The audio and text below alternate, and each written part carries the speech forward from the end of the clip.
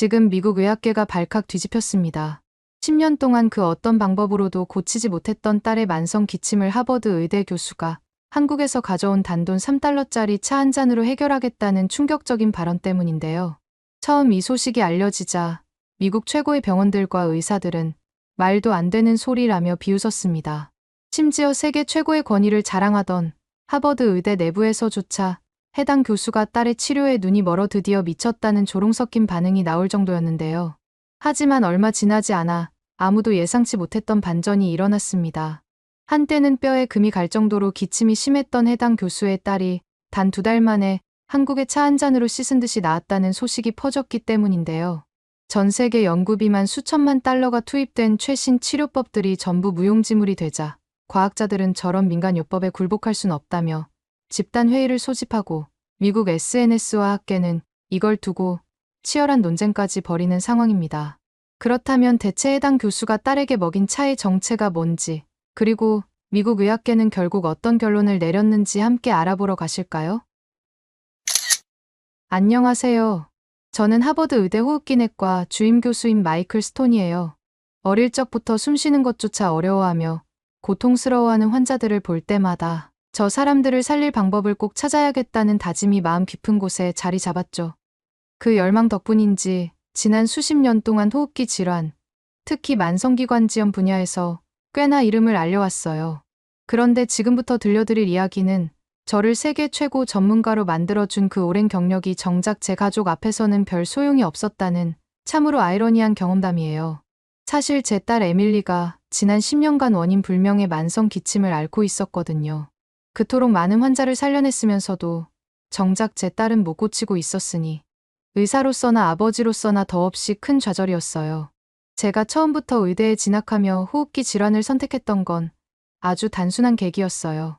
본과 시절 병동 실습 때 한 소아 환자가 제대로 숨도 못 쉬고 힘겹게 폐렴과 싸우다 결국 세상을 떠났는데 그 광경이 제게 엄청난 충격으로 다가왔죠. 내가 호흡기 질환을 정복해야 한다. 그날 가슴속에 그렇게 깊이 새기면서 이후 제 모든 열정을 그 연구와 진료에 쏟았어요. 그리고 운 좋게 세계적 권위를 갖출 만큼 역량을 키워왔죠. 하버드 의대에서 호흡기내과 주임 교수로 부임할 때만 해도 인생의 정점을 찍었다 생각했는데 인생은 참 예측 불가하더라고요. 제 딸 에밀리가 어느 날부터 기침을 멈추지 않는 증상을 보이기 시작했어요. 별것 아니겠거니 대수롭지 않게 생각했는데 그 기침은 해를 거듭할수록 더욱 심각해지더니 결국 일상생활도 힘들 정도로 악화되고 말았습니다. 지금 생각해보면 제 스스로가 제 분야의 최고 전문가라는 자부심이 오히려 딸의 상태를 초기에 가볍게 본 원인이었던 것 같아요. 내가 직접 치료하면 금방 나을 거야 하고 안일하게 생각했거든요. 하지만 신약 임상, 면역치료, 기관지 내시경 시술할 것 없이 온갖 최신 치료법을 총동원해도 에밀리의 상태는 호전되지 않았고 마치 저를 비웃기라도 하듯 갈수록 악화만 되었어요. 혹독한 스테로이드와 항생제 치료 후유증으로 딸이 몸져놓을 때면 저는 사람들 앞에서 세계 최고 전문가라고 불리는 게 그저 부끄러울 뿐이었죠. 그 상황이 얼마나 잔인했는지 몰라요. 남을 살리는 일을 평생 해왔는데 제 딸이 제 눈앞에서 서서히 무너지고 있는데도 속수무책이었으니까요. 몇 년 전부터는 전 세계 유명 병원을 전전했어요. 메이오 클리닉, 존스 홉킨스 독일과 프랑스, 영국의 최고 호흡기 병원들까지 인맥을 총동원해 의뢰했지만 다들 똑같이 원인 불명이라는 진단만 내렸습니다. 약물과 시술을 통해 일시적으로 증상을 완화시킬 수는 있어도 근본적 치료가 불가능하다고 고개를 저었죠. 그렇게 오랜 세월이 흐르는 동안 에밀리는 극심한 기침 발작에 시달려 밤에도 한두 시간밖에 못 자고 울며 호흡곤란을 호소했습니다. 어느 날은 기침이 너무 심해져 갈비뼈 부근까지 통증을 느끼더니 결국 흉골에 실금이 갔고 그 순간 제 심장이 덜컥 내려앉았어요. 부모 입장에서 아이가 고통에 몸부림치는 모습보다 더 괴로운 건 없거든요. 게다가 아내 앤도 딸 걱정 때문에 극심한 스트레스를 받으면서 몸이 급격히 나빠졌어요. 딸의 결혼식이 몇 달 앞으로 다가왔는데 이렇게 누워 지내다시피 하니 제대로 식장에 서기나 할 수 있을지 모두가 회의적이었죠. 예비사위인 마크마저 혹시 결혼식을 또 연기해야 할지도 모르겠다는 말을 조심스럽게 꺼내자 에밀리는 스스로 인생이 망가진 것 같다고 절망하며 울부짖곤 했습니다. 의사이자 아버지인 제가 도대체 무엇을 더 해볼 수 있는지 앞길이 전혀 보이지 않았죠. 바로 그때쯤이었어요. 한 번도 관심을 둔 적 없던 비전통적 치료법이라는 세션을 무심코 들르게 된 건 하버드 의대 연례 컨퍼런스의 대체의학 세션이었는데 평소 같았으면 비과학적 민간요법이라며 쳐다도 안 봤을 겁니다. 그러나 그날은 제발 무언가 단서라도 얻고 싶은 심정으로 시간표에 있는 모든 발표를 다 챙겨보다가 한국계 연구원인 김지원 박사의 동아시아 전통 차의 항염증 효과라는 제목이 눈에 띄었어요. 사실 처음엔 이런 차 같은 민간요법이 무슨 의학적 근거가 있다고 하는 생각이 들었습니다. 그런데 발표를 듣던 중 특정 만성기침 환자에게 놀라운 개선 사례가 있었다는 내용이 귀에 딱 꽂히더라고요. 원래 같으면 그냥 흘려들었을 텐데 제가 얼마나 절박했던지 작은 실마리라도 놓치지 않으려는 마음이 절 이끌었죠. 발표가 끝난 뒤 곧장 김 박사를 찾아갔습니다. 그녀는 제게 매운 생강차가 특히 기침 완화에 효과가 크다는 논문 데이터를 보여주었어요. 그러면서 한국에선 수백 년 전부터 이런 특수한 생강차로 기침과 기관지 질환을 다스려왔다는 말을 덧붙였죠. 솔직히 처음에는 전통차가 뭘 얼마나 해결해 주겠어 싶었지만 그래도 그날만큼은 간절함이 앞서서 어떻게든 더 들어보고 싶었습니다. 김 박사는 저에게 조그만 샘플팩을 건네며 혹시나 도움이 될지 모른다고 권해주었어요. 저는 설마 이게 무슨 효과가 있겠냐며 반신반의했지만 도저히 다른 방법이 없었으니 집에 돌아와 에밀리에게 조심스레 제안했죠. 그런데 에밀리는 심드렁한 표정으로 이제 와서 또 다른 민간요법을 시도하는 건가요? 라며 거들떠보지도 않더군요. 저 역시 속으로는 별 기대가 없었지만 그래도 혹시나 하는 마음에 먼저 한 모금 맛을 봤습니다. 솔직히 이게 약인가 싶을 정도로 매우면서도 씁쓸한 향이 콧속을 훅 파고들어 깜짝 놀랐어요. 제가 생각했던 차와는 전혀 달랐죠. 매콤한 생강 특유의 맛이 기도를 훑고 지나가는데 이상하게 뜨거운 열감도 느껴졌고 차라고 하기엔 매운 향신료, 음료에 더 가까웠어요. 아직 서양의학적 근거도 찾지 못했으면서 이 강한 맛이 과연 무슨 작용을 할 수 있을지 의구심이 컸습니다. 병원 동료들에게 생강차가 만성기침에 효과가 있을지도 모른다라고 한번 언급해봤다가 동정 어린 시선을 받았어요. 어떤 의사는 스톤 박사도 별 수 없네요. 민간요법이라니라며 노골적인 비웃음을 건네기도 했습니다. 그래도 저는 딸을 살려야 했기에 체면 따위에 마음을 쏟을 여유가 없었어요.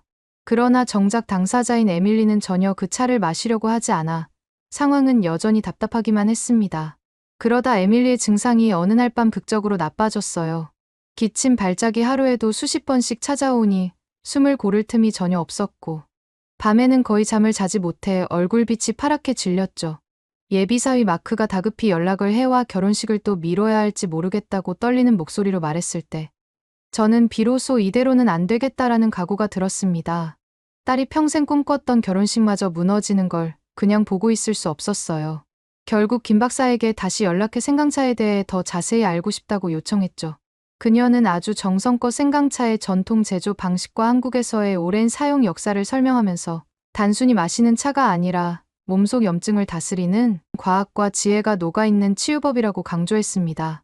알고 보니 이 한국 전통 생강차는 그냥 마트에서 파는 흔한 차가 아니었어요.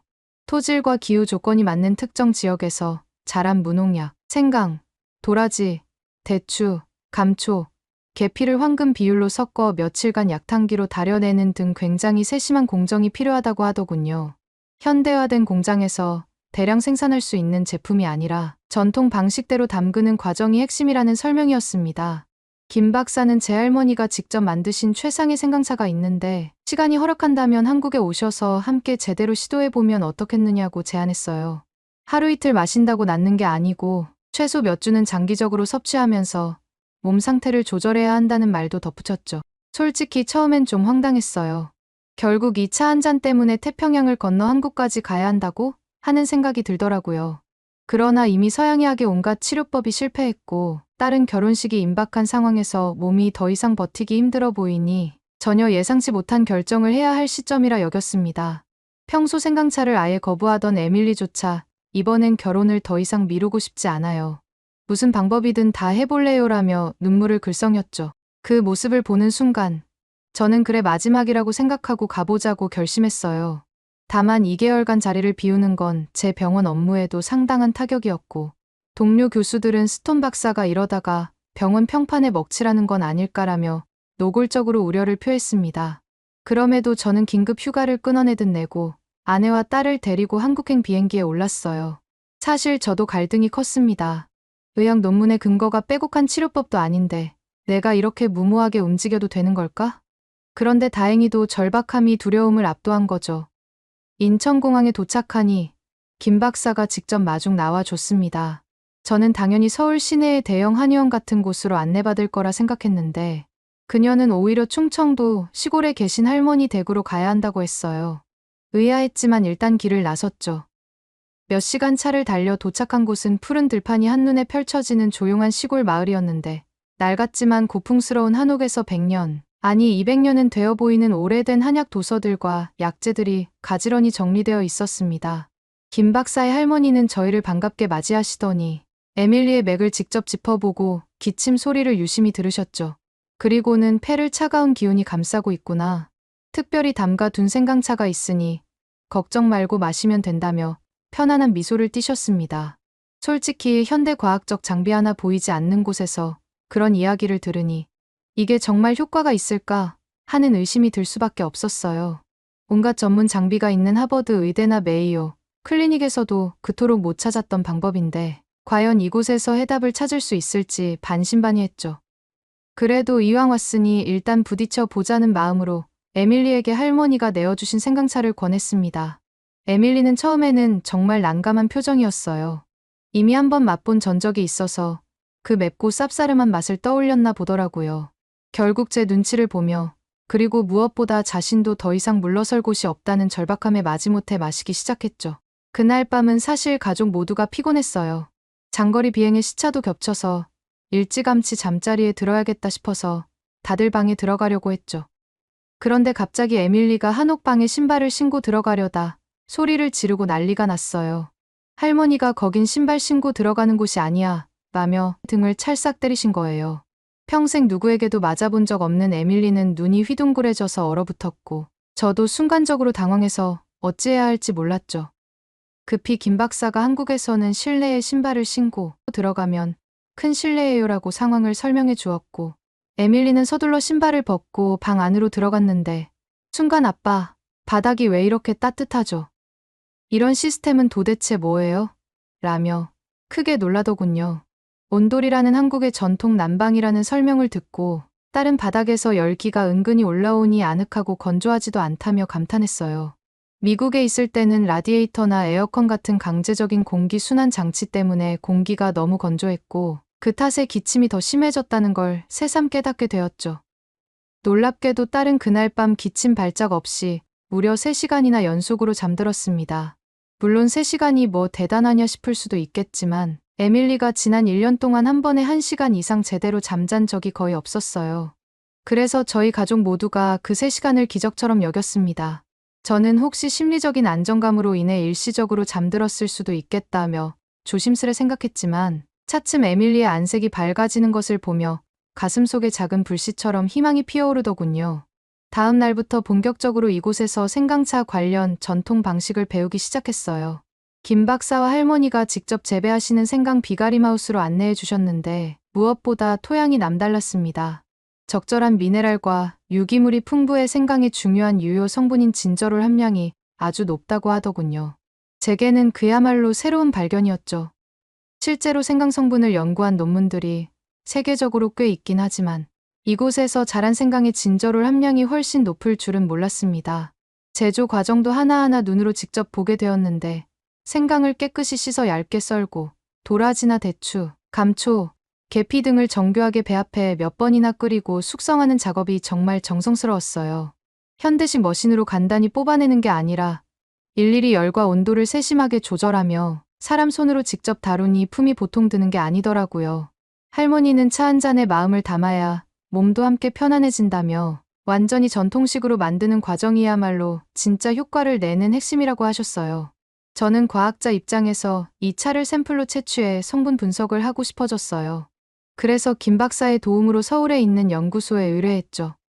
처음엔 그곳 전문가들도 생강차에 특별한 점이 있을까 하며 반신반의했지만 제가 직접 논문과 데이터 작성을 거들면서 꼼꼼히 진행했습니다. 놀랍게도 분석 결과 여기서 생산된 생강으로 만든 차에는 항염증 효과가 뛰어날 것으로 추정되는 특정 성분 농도가 매우 높게 나타났어요. 물론 아직까지 명확한 임상 자료가 부족해서 일반화하기엔 이르지만 적어도 이 생강차가 왜 통상의 대량 생산 생강차와 다른 작용을 보이는지 실마리를 어느 정도 찾은 셈이었죠. 그렇게 시간이 흐르며 에밀리는 매일매일 생강차를 마셨어요. 맵고 쓰다고 투덜거리던 날도 있었지만 그래도 몇 번의 희망과 절망을 겪은 끝에 이제는 이 차를 거의 믿고 의지하는 분위기가 되더군요. 아마 자신의 몸이 직접 좋아지는 걸 체감했기 때문이겠죠. 실제로 2주째 되던 시점부터 밤에 기침하는 횟수가 서서히 줄어들었고 1개월을 넘기니 거의 절반 이하로 줄었습니다. 그러자 에밀리 스스로도 몸이 훨씬 가벼워졌다고 느끼기 시작했고 이전엔 식욕이 아예 없어 몇 숟가락 뜨기도 힘들어했는데 점차 밥도 챙겨 먹고 얼굴색이 살아나더라고요. 제 입장에선 이 과정을 그냥 마법이라고 치부하기엔 아직 과학자로서의 양심이 허락하지 않았습니다. 그래서 서울 시내 병원의 협조를 얻어 에밀리의 폐 기능, 염증 지수, 산소 포화도 등을 주기적으로 측정하고 그 결과를 상세 데이터로 축적했어요. 결과는 꽤 명확했습니다. 이전에는 만성염증 수치가 위험할 정도로 높았는데 한국에 온 지 한 달 넘게 되면서 그 수치가 서서히 하락해 정상 범주에 조금씩 가까워지는 경향을 보인 거예요. 저는 그 데이터를 하버드 의대 동료들에게 전송했는데 처음에는 설마 그럴 리가 있느냐고 의심하던 이들도 연속적인 수치 변화를 보고는 이건 단순한 플라시보 효과로 설명하기 어려울 만큼 분명한 개선이라는 반응을 보이더군요. 한국에 체류하는 동안 저는 또 다른 놀라운 광경을 접했습니다. 서울 시내의 자생한방병원 같은 곳에서 양방과 한방이 협진하는 모습을 직접 보게 된 거죠. 예를 들어 디스크 환자를 MRI로 진단한 뒤 양의사가 수술 가능 여부를 평가하고 한의사가 침 치료와 한약을 병행해 시너지를 낸다고 하더군요. 개인적으로는 서양의학과 동양의학이 어떻게 한 병원에서 한 환자를 함께 진료하지 하고 의아했어요. 그런데 막상 보니 각자의 장점을 살려 환자를 종합적으로 치료해 나가는 모습이 꽤 합리적으로 느껴졌어요. 거기서 한약재 연구소도 구경했는데 고해상도 분석 장비로 생강의 유효 성분을 추출 정량화하고 표준화 연구를 진행 중이었어요. 전통의학이라 해도 이렇게 과학적으로 접근하면 충분히 세계적으로 통할 수 있겠구나 하고 깨달았죠. 김 박사도 한양방 협진 시스템을 소개하면서 한국은 관련 보험 제도가 잘 갖춰져 있어 환자들이 큰 비용 부담 없이 종합 진료를 받을 수 있다고 했습니다. 저는 솔직히 그 얘기를 듣고 충격을 받았어요. 미국에서는 단순 치과 치료만 받아도 수백 달러가 훌쩍 넘어가는데 여긴 한 번에 다양한 치료를 받고도 환자 부담이 비교적 적다니 하고 말이죠. 그렇게 2개월간 한국에서 지내며 에밀리는 눈에 띄게 회복되었습니다. 기침 발작은 옛날만큼 잦지 않았고 한 번씩 발작이 와도 예전처럼 숨을 못 쉴 정도로 심각하진 않았어요. 온돌방 생활이 호흡기 개선에 유익했는지 아침에 일어날 때마다 거친 공기가 느껴지지 않는다며 만족해하더라고요. 정기검진 결과도 서서히 좋아지는 추세였고 체중도 눈에 띄게 늘어 예전보다 훨씬 건강해 보였습니다.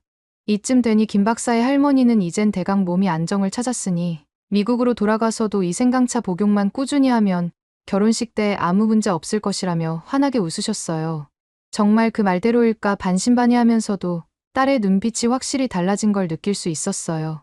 에밀리가 비행기에 오르기 전 할머니께 울면서 덕분에 살 것 같아요. 정말 감사합니다라고 말했을 때 저도 모르게 목이 메었습니다.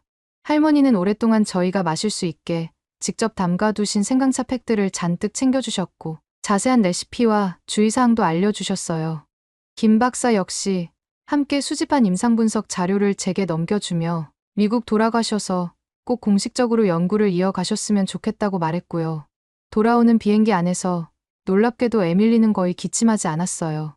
예전에는 기내가 건조해서 조금만 자도 금세 발작이 일어났는데 이번엔 적당히 수분을 보충해 주기만 해도 증세가 굉장히 잦아들었죠. 그러자 아내와 저는 서로 눈이 마주친 순간 그간의 눈물과 피로가 한꺼번에 몰려와서 소리 없이 울고 말았습니다. 딸을 이렇게 편안한 모습으로 지켜본 게 정말 오랜만이었거든요.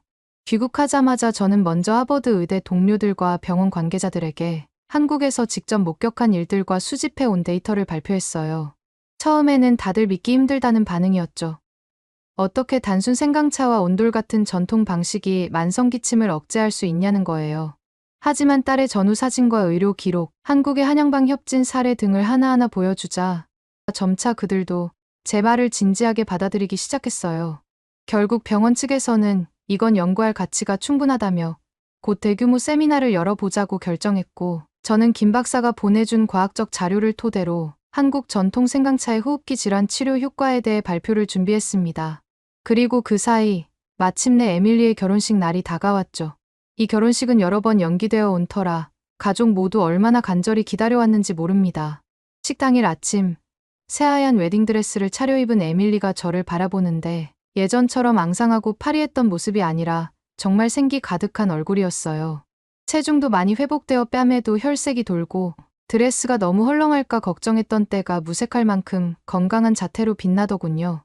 저는 딸의 손을 잡고 결혼식장 통로를 걸으며 이 아이가 다시 걸을 수 있게 된 것만도 기적 같은데 이렇게 당당하고 예쁜 모습으로 서약을 한다니 하는 생각에 가슴이 터질 것만 같았어요. 에밀리도 예식 내내 한 번도 기침하지 않고 또렷한 목소리로 서약문을 읽어 내려갔습니다. 하객들은 그 모습에 눈물을 글썽였고 저 역시 사람들 앞에서 서럽게 울고 말았습니다. 딸이 살아서 이렇게 행복을 누릴 수 있다는 사실만으로도 인생에서 더 바랄 게 없구나 싶었어요. 결혼식이 무사히 끝난 뒤 저희 가족은 서로를 끌어안고 한참이나 그 기쁨을 만끽했습니다. 저는 그 자리에서 마음속으로 다시 한번 결심했어요. 이 경험을 절대로 그냥 지나칠 순 없다. 사람들을 살리는데 조금이라도 더 도움이 된다면 한국 전통 생강차의 효과를 제대로 연구해 보이자 곧바로 세계의학 저널에 논문을 투고했고 상당히 파급력 있게 보도되면서 미국 NIH 국립보건원에서도 대규모 임상시험을 위한 예산을 배정하겠다는 연락을 받았습니다. 모든 것이 눈 깜짝할 새에 빠르게 흘러갔지만 저는 그 중심에서 분명히 느꼈어요. 지금껏 서양의학이 해결하지 못한 부분도 어쩌면 동양의학과의 협력으로 길을 찾을 수 있겠다는 가능성이 열렸다는 사실을 말이에요. 최근 저희 딸 신혼집은 대공사를 하느라 바쁘답니다. 그때 에밀리가 한국에서 온도를 겪고 난 뒤 라디에이터를 쓰려니 너무 답답하고 불편해서 바닥을 모두 온돌로 바꾸기로 했거든요. 아직 완치까지는 아니지만 앞으로 더 개선될 희망이 보여서 너무 행복한 요즘입니다. 혹시 한국 분들께서 생강차 외에도 효과를 본 음식이 있을까요? 알려주시면 감사하겠습니다. 오늘의 사연은 어떠셨나요? 오늘의 사연이 마음에 드셨다면 좋아요만 한번 눌러주세요. 1초밖에 안 걸리지만 좋아요를 한번 눌러주시면 더 좋은 사연을 소개해드리는데 큰 힘이 된답니다. 긴 영상 시청해주셔서 감사합니다. 오늘도 행복한 하루 보내세요.